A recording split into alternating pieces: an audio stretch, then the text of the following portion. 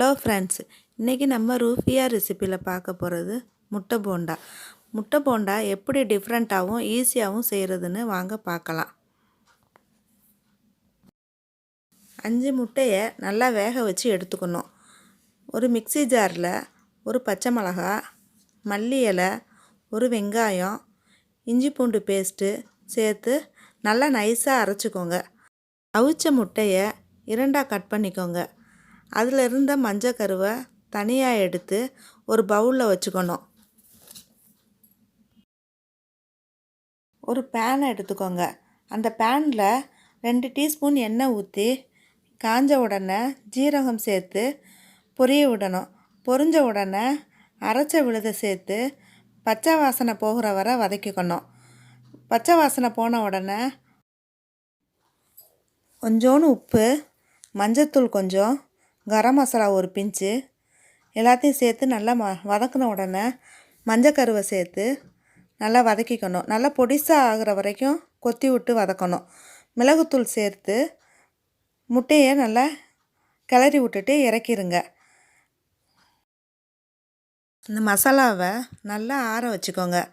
ஆறின பிறகு வெள்ளைக்கருவில் மஞ்சக்கருவில் மசாலாவை வச்சு ஸ்டவ் பண்ணி வச்சுக்கணும். போண்டா செய்கிறதுக்கு மாவு கலந்துக்கலாம். ஒரு பவுலை எடுத்து கடலை மாவு 1 கப்பு, 3 டீஸ்பூன் அரிசி மாவு கலந்து, ஒரு பிஞ்சு கரம் மசாலா, மிளகாத்தூள் 1/2 டீஸ்பூன், பேக்கிங் சோடா 1 பிஞ்சு, இஞ்சி பூண்டு பேஸ்ட்டு 1/2 டீஸ்பூன் எல்லாத்தையும் சேர்த்து நல்லா கலந்துக்கணும். கலந்துட்டு கொஞ்சம் கொஞ்சமாக தண்ணி ஊற்றி இட்லி மாவு பதத்தில் கலந்துக்கணும். தண்ணி ரொம்ப ஊற்றிட்டிங்கன்னா எண்ணெய் இழுக்க ஆரம்பிச்சிடும்.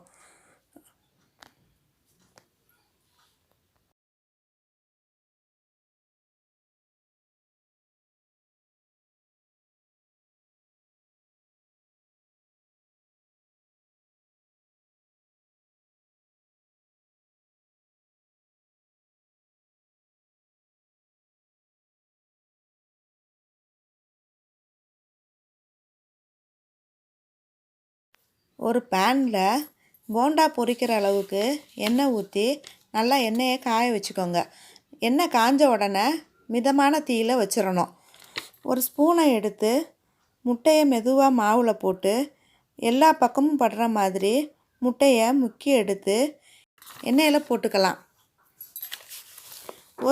ஒரு பக்கம் வெந்த உடனே திருப்பி விட்டு நல்லா பொன்னிறமான உடனே எடுத்துடலாம். சூப்பரான டிஃப்ரெண்ட்டான முட்டை போண்டா ரெடி. இது செஞ்சு பாருங்கள், கமெண்ட் பண்ணுங்கள்.